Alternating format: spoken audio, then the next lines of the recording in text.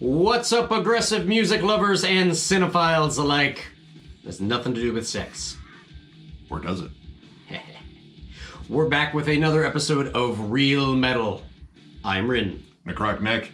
And we're bringing to you a damn good movie and a damn good soundtrack. Talking about Judgement Night. Now, out of probably all the soundtracks we've done, I think this is one of the most ambitious ones. This was an interesting pairing. They wanted to merge the rap world and the rock world. In the 90s, this came out in 93. And instead of just doing individual tracks by rap artists and rock artists, they actually made rockers and rappers work together and have their own tracks on here. And I think most of this really worked out brilliantly. Now, this came out in September of 93, a full month before the movie actually came out, which is really interesting because they actually used tracks to promote the movie, which is kind of heard of. Like, at least we've seen soundtracks that have come out like a week before the movie. This came out a full month before, and they actually had videos that actually came out. Actually, one of the lead-off singles and first track on here, Helmet and House of Pain, Just Another Victim, came out long before the movie did. So they use this as a nice little promo, and what a start to this. Helmet rules. Simple, chuggy riff, aggressive, nice, big, groovy chunk to it. I love the snare on this, and this is an interesting song because it's a half and half song. Yeah. This is literally an Arnold Palmer of metal / rap song. Yeah. And Helmet starts it off, gets a nice big, metal grunge feel, whatever you want to call Helmet. Helmet are amazing. Something. The riff is simple, but it carries the entire song. Page Hamilton's shouting his ass off. When he still shouted. Now he's a little more singy. We'd like to hear more shouts. Yeah. But then halfway through, you hear kind of the riff drop a little bit to the back. Still there, but then all the scratching and the drum loops come in, and boom, it's House of Pain time. And Everlast kills it. Some of his best early House of Pain rhymes, as far as I'm concerned. Holy diver, I'm a survivor, feeling like the Nero Wind taxi driver. Dude, he sounds good. I always liked his raw, gruff delivery. And, I mean, it's just a killer song. This is a great way to lead it off, to pretty much establish that, we have raw, heavy acts from both sides of the tracks here. And Everlast is actually in the movie as well. Yeah, he plays one of the thugs that works with Dennis Leary. I'm not sure he has a name. It's probably like Thug Number 2 or something. Yeah. I mean, he's got a few lines. Yeah, a couple. Yeah. Shaved bald, goatee. Yeah. I mean, he looks like Everlast. Yeah. But yeah, this is an interesting soundtrack in terms of some of the pairings. Some of the pairings really work. Like, I mean, Helmet and House of Pain, as soon as I heard it, it was awesome. Awesome. And again, cool how it's divided down the middle. Yeah. But you have some that clearly were going to work. Biohazard and Onyx doing the title track. They were in the video for Slam, all of them, and this honestly works out. And honestly, Onyx, I have fond memories of back in middle school. They were the guys that yelled and rapped. Yeah. And somehow that kind of worked for me being a fledgling metalhead too. Yeah, they are straight up yelling. They're not trying to be smooth or something. They're coming at you aggressively, and it's potentially terrifying. If, Give me that shit, you bold bastard. Yeah. Except they yelled it. I'm not gonna yell it because I don't want to fucking edit that shit. Yeah, but fantastic. They also collaborated on Biohazard. Did a remix for Slam with guitars and did the group chants, the Brooklyn, New York hardcore gang vocal. Gotta have the gang vocals. Well, Billy screams Judgment Night, and they do the gang vocals, but other than that, it's Onyx doing all the vocals. And this song is killer. My only complaint on it is you're missing one of my favorite members of Biohazard with Danny Schuler. Yeah. It's a drum machine, it's a drum loop. I mean, it's cool, it works because you want to have that hip-hop beat behind it because the rest of the song feels very metal and dark. Yeah. But Danny is such a beast of a drummer, and I mean, it might have been him doing the drums, but I think it was just a drum loop. It's just kind of say he's not there, but overall, I dig this song. It's heavy, it's dark, it has that raw from the streets feel. Yeah. And then Slayer and Ice-T. We knew this would work. I saw that pairing on there, and I already heard Body Count. I am a longtime Slayer fan, so yeah, I knew it was going to work. And what I didn't know actually just found out today this was actually a medley. No idea. This is a medley of exploited songs that they sort of just adapted the lyrics to, more current relevant subjects, namely LA riots.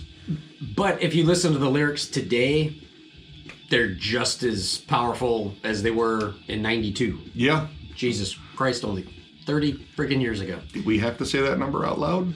Good God. Ugh. Am I getting my Buckeye card in the mail? I get that quarter discount on cups of coffee. That comment made my knees hurt. Yeah. Now, we were trying to figure out, I think at this point, this was Ballstaff on drums because Lombardo had left in 92. So this might be the first Ballstaff recording? Or the last Lombardo. It's hard to tell. I don't know. It's really hard to tell when they recorded this. This was actually put together by one Happy Walters in terms of this entire soundtrack. And I believe he was the one that picked the bands to work together. And I mean, honestly, I think this was just an easy pick, when they found out body count. And it's like, yeah, they probably listened to Slayer. They probably hung out with Slayer. Oh, yeah, they know each other. And as far as I'm concerned, throw Ice-T with any metal band. Yes. And it's going to be great. He's done great things with Propane, 6 Feet Under even. Just bring in Ice-T. Yeah. Give him a verse. Or, he'll take it if he wants it. Yeah, I mean, and you'll probably just give it to him. Like, oh, here, that's yours. Yeah. I didn't do it. This was meant for you. I'm sorry. Yeah. And then one I knew was going to work just because body of work, and, I already like the band's Living Color and Run DMC, Me, Myself, and My Microphone. Dude, they both kill it. They both absolutely kill it. This is a funky song. The guitar work, of course, Vernon Reid, amazing guy, but there's a fun bass line that goes through this. DMC kicking it. Dude, yeah. Both of them doing really good verses. And this was kind of after the weird flirt with the more West Coast kind of Dr. Dre type sound. Yeah, this felt like Run DMC except with a rock band. Yeah. And it absolutely kills. It's just a fun song, like a storytelling aspect with the lyrics, and God, dude, every riff on it was just absolutely killer. Yep. Like we said, some of these work and some of these do not work. And one that kind of does not work is Mudhoney and Sir Mix-a-Lot doing Freak Mama. I have no fucking clue what this song was supposed to be. Well, ultimately I think it's about butts. It's probably about butts. But the music is like alt surf rock. Yeah. And then Sir Mix-a-Lot doing what Sir Mix-a-Lot does. I would be surprised if these guys even met each other. Because literally it sounds like they were recorded at 2 different studios with no idea about what the other one was going to do, because Sir Mix-a-Lot does Sir Mix-a-Lot. That is what he does. Like, that. Yeah. And then, we have somewhere like Appalachia B-52 style surf rock, whatever it is, with Mudhoney, which both on their own would probably be fine. Right. But together is just, it doesn't make any fucking sense. That's the only reason I slightly enjoy it, because it's so bizarre. I guess it ultimately works in a strange, weird, bizarro land. As like entertainment, as like pure what the fuckery. Yeah. Yes. Right, yeah. Yes. Right. It works. But as a real meeting of 2 different minds and everything, these minds never met. Mm-mm. These minds were in 2 different counties, probably 2 different states. It's so far apart. Like, where other songs gel naturally. This is like, oh, cool, a surf rock soon, and then, ham hocks, whatever the hell he's talking about. Like, yeah, I don't get it. Yeah. Like, the feel is so fucking wonky on it. Yeah. A little forced. Yeah. Another mix-up is Teenage Fanclub and De La Soul. I have no idea who Teenage Fanclub were. I had to look them up. I've had this CD almost since it came out, right, and I still have no idea who Teenage Fanclub is. I don't know what they've done, if they still do whatever it is they did. According to Wikipedia, they're still around, and they were like an alt power pop band. I've never heard a single song by them other than this song. Yeah. And honestly, I listened to it because I liked De La Soul at the time. Yeah. You it's a good R&B song. I don't know if I'd call it rap, sort of. It's sort of rap. Yeah. I mean, it's the most different song on here, honestly. It's a little bit happier. Yeah. I mean, I remember the scene that popped up, and it was when they were still opening credits. Yeah, opening credits. Yeah. Like, oh, this is a whimsical buddy journey. Look at Emilio Estevez's quaint little home and family. Oh, here comes Jeremy Piven with a big fucking RV, and hijinks ensue. Yeah, and then, well, we know how the rest of the film goes. It's a fun rom-com. It is. It is. But yeah, this song is just, it's kind of odd. I mean, this is one of the few where I actually kind of related more towards, like, the hip-hop artist than the rock artist, because most of this I was like, yeah, I know all these rock artists, and some of these rappers I know. But this one, it's just an odd one. I mean, I get it, they needed something a little happier to set the stage, but I think that could have been left to, like, just Alan Silvestri just doing the score. Yeah. But there are some, like, surprise ones that really work. Faith No More and Booyah Tribe. Of course I know Faith No More. We love Faith No More here at Thralls. Booyah Tribe I really wasn't familiar with, because the entire time I was listening to this and I didn't know who it was, because this was released as a single. I think they did a video. I didn't see the video until years later. I thought it was Chuck D. Sounds a lot like Chuck D. Sounds a lot like Chuck D. You see the video, it's not Chuck. It's definitely not Chuck. But it is an awesome song. It's recorded a little bit differently. Like, this was kind of still around the Angel Dust era. I think Jim Martin is still in the band at this point. He might have been, yeah. Yeah, it's very different. They kind of move the guitars back in the mix to let the vocals shine. And the vocals are interesting. The main guy from Booyah Tribe is just laying down this very Chuck D flow and delivery. And then Mike Patton is just freaking the fuck out. Making noises. He does like a main, like, oh, but then he does the, yeah, he's Velociraptor in it. like they threw, like, you know, like 14 rabid weasels in the vocal booth and like, fight them off. Fight him, Mike. We're recording this, right? Yeah. How's he doing? You got him, Mike. You're doing it. You're doing great. We're gonna get some rabies shots for him. And then they became friends. But this song works. Roddy Bottom contributes some really cool keys on it. It gives it kind of a dark feel. Good chuggy rhythm to it. It's got a great groove. This is one of my favorite songs on here. Yes. I frequently jam this track. And he does say "Turn me up," and I was hoping he was referring to the guitars. Nope. I think after that, that's when Mike starts screaming. I think he was talking to him like, more of the scream. Yeah. It's like, no, he's doing it. That's probably what happened. And then Therapy and Fatal, I think, is one. Yeah, Therapy with the question mark. They always have it. And Fatal.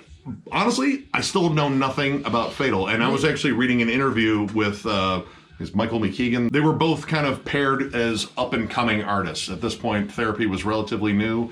I think they had a couple albums. I think Nurse was out by then.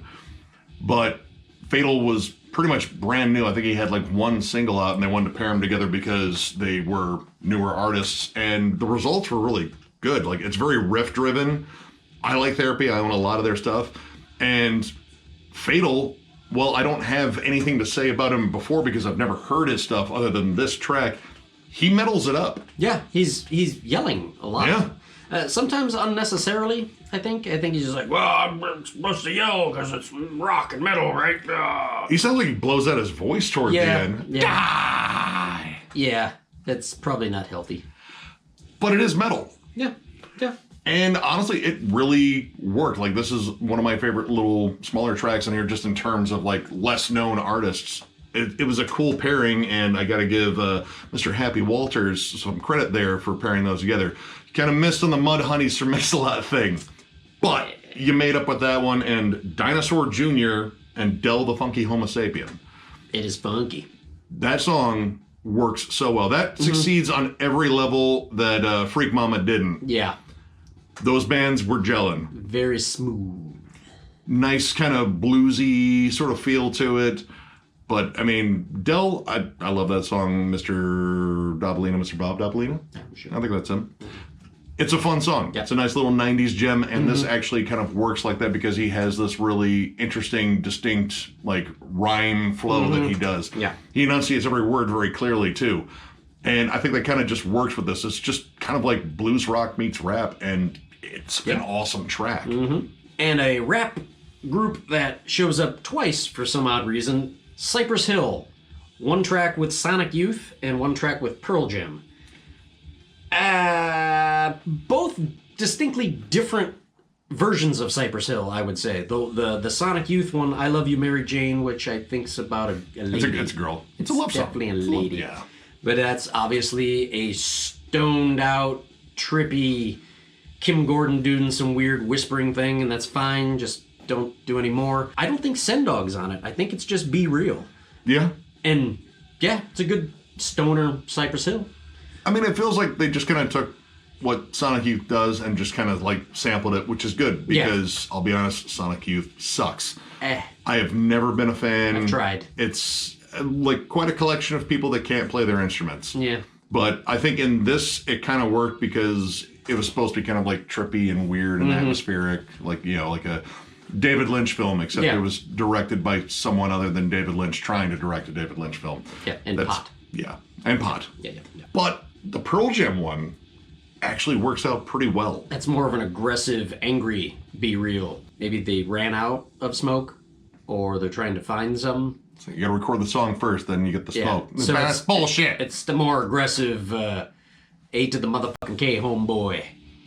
And Send Dog's on that one, too. Yes. And we're unsure as to whether or not Eddie Vedder is on it. We prefer him not being on it. At least I would. He does not do a verse. But I think there's some, like, singing in there that might be him. It sounds falsetto, and it's, like, in the background, so it might be him, a la what Mike Patton was doing, just filling up the sound, though not nearly as frantic. They didn't turn him up. Yeah, did not turn him up. Nothing about this sounds like anything Pearl Jam's ever done. It sounds like a Cypress Hill song. It does. Actually, both of those sound like Cypress Hill songs. I just wish they didn't pair them with bands I didn't like. But honestly, the fact that Cypress Hill was so upfront in it made me like those tracks. Yeah. I like the bass line that carries Real Thing in particular. The guitars are kind of back in the mix, but they're kind of adding like some like ambient stuff in the background. And both Be Real and Send Dog are doing like a great job. And it's like a little bit more aggressive, but it still kind of has that like kind of nice chill flow to it. Well, that's Cypress. They got to be chill, you know. I mean, it might be all the Mary Jane. It's a lady. The lady. She calms them down. Yes, she does. Now, one thing I did find out about this, there was a track omitted. Tool and Rage Against the Machine were actually supposed to collaborate on a track called Can't Kill the Revolution. And apparently neither party liked the end result, so it was omitted from the soundtrack. So this could have been one track longer, and that one would have been probably really different since technically they're both rock bands, though one has a rapper. But I guess there are versions, like bootleg versions out there, like you can find. I've never actually heard it, but I wouldn't mind actually checking that one out. But overall, this is honestly one of the most ambitious soundtracks from the 90s. Actually, possibly in terms of like soundtracks ever, just because you kind of, you know, knock down the wall in between those two and essentially just say, hey, look, work together, see what you come up with. Yeah. And most of it is really good, even from the bands that I didn't like. There's some really good stuff on here. So overall, I'm going to give this 4 stars. You know, the bad tracks are still kind of fun. I will give it that. But the songs that I love on here, I fucking love. Disorder and Another Body Murdered, Me, Myself, and My Microphone. These songs are absolutely well past, and this is the only place you can find them, too. That is one of the things I love about the soundtrack, is this is all stuff unique to it. That is honestly what I look for in soundtracks in general, because that makes the soundtrack stand out. And that is why I have always come back to this one. It's fun, it's inventive, and it's kind of bold for the time, and might be partially to blame for nu metal. Whatever. But honestly, it's aged really well, and I really enjoyed coming back to it. So yeah, if you've never jammed this, check this out. This is an absolutely awesome soundtrack. I agree with most all of that. I'm also going to give it a 4. This is when you take rap and rock and mix it the right way. This is a la Run DMC, Aerosmith, Anthrax, Public Enemy, and not so much the Red Yankees cap guy. This is what nu metal should have kind of ended up as, I think. It's rockers that are rockers and rappers that are rappers, and not the rockers aren't wearing chains with backwards ball caps and the rappers aren't wearing jean jackets with chains. It's two worlds coming together and writing a song, which I don't understand why they don't really do that more often. Yeah, this is like a true middle ground. Yeah. Nobody compromised in what they wanted to do or stylistically. It's just as much metal as it is hip-hop and vice versa. Flows naturally. Yeah. Minus maybe the Mudhoney. The Mudhoney one's weird. A little weird. But yeah, it hits more than it misses, and when it hits, it's just another victim, kid. Count me among them. And watch the movie, too. The movie is damn good as well. Yeah, actually, the movie is pretty good. Unlike some of the other ones that we've reviewed, going back, I've seen this movie numerous times. I still enjoy it. It's tense. There's good acting. Yeah, Dennis Leary is a villain. Yeah. Chilling villain. Jeremy Piven bartering for his life on a rooftop. Yep. Particularly good scene. Spoiler alert, he's thrown off the roof. Yep. He makes a nice little human puddle. But yeah, solid soundtrack. Totally recommend checking that out. Check out the movie too, of course. So if you enjoyed this video, give it a thumbs up. And if you are new to the channel, subscribe, because we do stuff like this all the time. We are also on Patreon, so if you'd like to help us out there, there will be a link below in the description. And we have shirts available.